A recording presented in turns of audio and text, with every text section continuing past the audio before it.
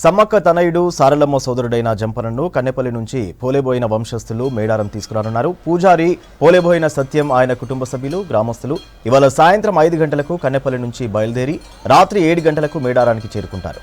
గిరిజన సాంప్రదాయాలు పూజలతో జంపనను గద్దెపై ప్రతిష్ఠిస్తారు. రైట్గా మరిన్ని డీటెయిల్స్ మేడారం నుంచి బాలకృష్ణ అందిస్తారు. Balakrishna, over to you.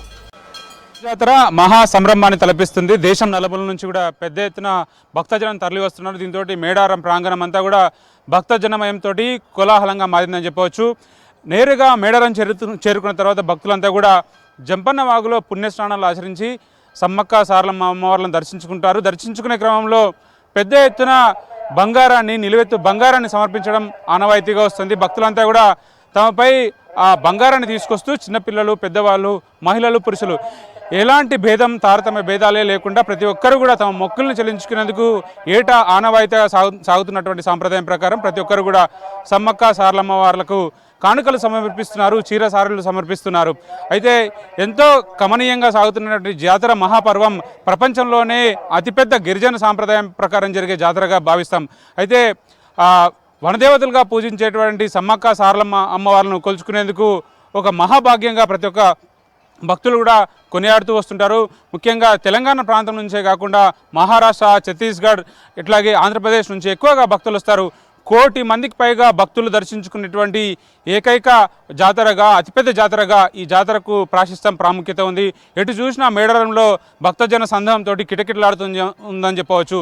ముఖ్యంగా అటు జంపన్న వాగు దగ్గర, ఇటు మేడారం ఆలయ ప్రాంగణం అంతా కూడా భక్తజన సందోహంతో కిటకిటలాడుతుంది.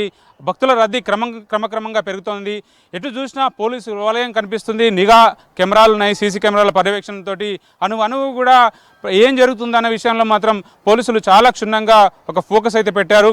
పోలీస్ కమాండ్ సెంటర్ కూడా నిరంతరం 24/7 పనిచేస్తున్నారు. రాష్ట్రం నలుమూల నుంచి కూడా పెద్ద ఎత్తున ఈ జాతరలో పాల్గొనేందుకు పోలీస్ సిబ్బంది అంతా కూడా తరలి వస్తారు.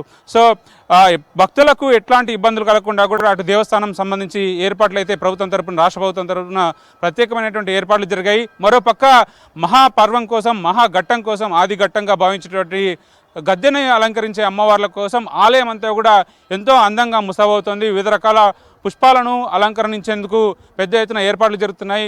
అమ్మవార్లకు గజమాలలు, అట్లాగే రుద్రాక్ష మాలలు, వివిధ రకాల వర్ణాలతో కూడినటువంటి ప్రత్యేక అలంకరణ చేసేందుకు పెద్ద ఎత్తున ఇక్కడ ఏర్పాట్లు జరుగుతున్నాయి. దీంతోపాటు వచ్చిన భక్తులంతా కూడా పెద్ద ఎత్తున అమ్మవార్లకు కానుకలు సమర్పిస్తున్నారు. అమ్మవార్లను తను తీరా ఆస్వాదిస్తూ మొక్కుతున్నారు. వాళ్ళంతా కూడా తమ జన్మధన్యమైందన్న భావన ప్రతి ఒక్కరిలో కనిపిస్తుంది. ఎందుకంటే 2 ఏళ్లకు ఒకసారి వచ్చే మహాజాతరకు విశేషంగా తరలి వస్తున్నారు. ఆలయ ప్రాంగణం ఎటు చూసినా మేడారం మొత్తం భక్తజన సందోహంతో కిటకిటలాడుతుంది. అయితే శక్తి స్వరూపంగా కనిపించినటువంటి అమ్మవార్లు జువి చెట్టు కింద దర్శనమిస్తూ గద్దెలను వాళ్ళంతా కూడా భక్తులు కుటుంబ సమేతంగా వచ్చి దర్శించుకుంటున్నారు. మొదటగా సమ్మక్క అమ్మవారిని దర్శించుకున్న తర్వాత అటు నుంచి నేరుగా సారలమ్మ అమ్మవారిని దర్శించుకుంటారు. ఆ తర్వాత దంపతులను సమ్మక్క పగటిదరాజు, అట్లాగే సారలమ్మ గోవిందరాజు ఇద్దరు దంపతులను దర్శించుకొని వాళ్ళంతా కూడా ఆలయ ప్రాంగణంలో చాలా ఉత్సాహంగా గడిపేందుకు ఇష్టపడుతుంటారు. ఈ జాతరలో ముఖ్యంగా జరిగే ప్రధాన క్రతువు కోసం ప్రతి ఒక్కరు కూడా ఆసక్తిగా ఎదురు చూస్తున్నారు. ఈ అంశం కోసమే ఓవైపు ఆలయ నిర్వాహకులు, ఆలయకు సంబంధించినటువంటి సిబ్బంది అంతా కూడా ఆలయాన్ని ముస్తాబు చేయడంలో బిజీగా ఉంటే, మరోపక్క వచ్చిన భక్తులకు ఎట్లాంటి ఇబ్బంది కలగకుండా అటు బస్సులకు సంబంధించి బస్సుల ట్రాక్ను అబ్జర్వేషన్ చేసేందుకు ఒక పోలీసు కమ్యూనికేషన్ వ్యవస్థ పెద్ద ఎత్తున ఇక్కడ నిర్వహిస్తోంది. ఎటువైపు కూడా అంటే మేడారం చుట్టూ 4 వైపుల నుంచి కూడా, 4 దిశల నుంచి కూడా ఎట్లాంటి ఇబ్బందులు కలగకుండా, ఎలాంటి అవాంఛనీయ సంఘటనలు జరగకుండా అతిపెద్ద కమ్యూనికేషన్ వ్యవస్థను ఇక్కడ ఏర్పాటు చేశారు. ఎందుకంటే ఒక చిన్న కుగ్రామంలోనే ఒక పెద్ద వ్యవస్థను, పెద్ద నెట్వర్క్ని ఏర్పాటు చేసి ఒక పెద్ద మానిటరింగ్ని నిర్వహించడం అనేది ఒక సాహసం అని చెప్పాలి. ఇందుకోసం ఈ జాతరలో పాలు పంచుకునేందుకు పోలీస్ సిబ్బంది పెద్ద ఎత్తున ప్రతి పోలీస్ స్టేషన్ నుంచి, ప్రతి జిల్లా నుంచి రావడం అనేది ఆనవాయితీగా అనిపిస్తుంది. రాష్ట్రంలో జరిగే ముఖ్యమైన 2 అంశాలు, ఒకటి హైదరాబాద్ గణేష్ నిమజ్జనం తర్వాత అంతకన్నా అతి ఎక్కువ స్థాయిలో, అతి పెద్ద స్థాయిలో సమ్మక్క సారలమ్మ అమ్మవార్లను దర్శించుకోవడం కోసం వచ్చే భక్తులకు సౌకర్యాల విషయంలో కానీ ఎట్లాంటి ఇబ్బందులు తలెత్తకుండా అటు పోలీసులు అట్లాగే అధికారులు కూడా నిరంతరం ఒక పర్యవేక్షణ అయితే 24/7 జరుగుతూ వస్తుంది. ఎటు చూసినా ఒక భక్తజన సందోహం అయితే క్లియర్గా కనిపిస్తుంది. అయితే జాతరకు వచ్చిన సందర్భంలో ప్రతి ఒక్కరు కూడా అమ్మవార్ల గురించి అట్లాగే మేడారంకి సంబంధించిన ప్రాశస్త్యాన్ని, ప్రాముఖ్యతను, చరిత్రను నెమరేసుకుంటారు. ఆ అమ్మవారి యొక్క గొప్పతనాన్ని స్మరించుకుంటూ అమ్మవారిని ధ్యానిస్తూ మొక్కులు తీర్చుకోవడం అనేది ఆనవాయితీగా వస్తుంది.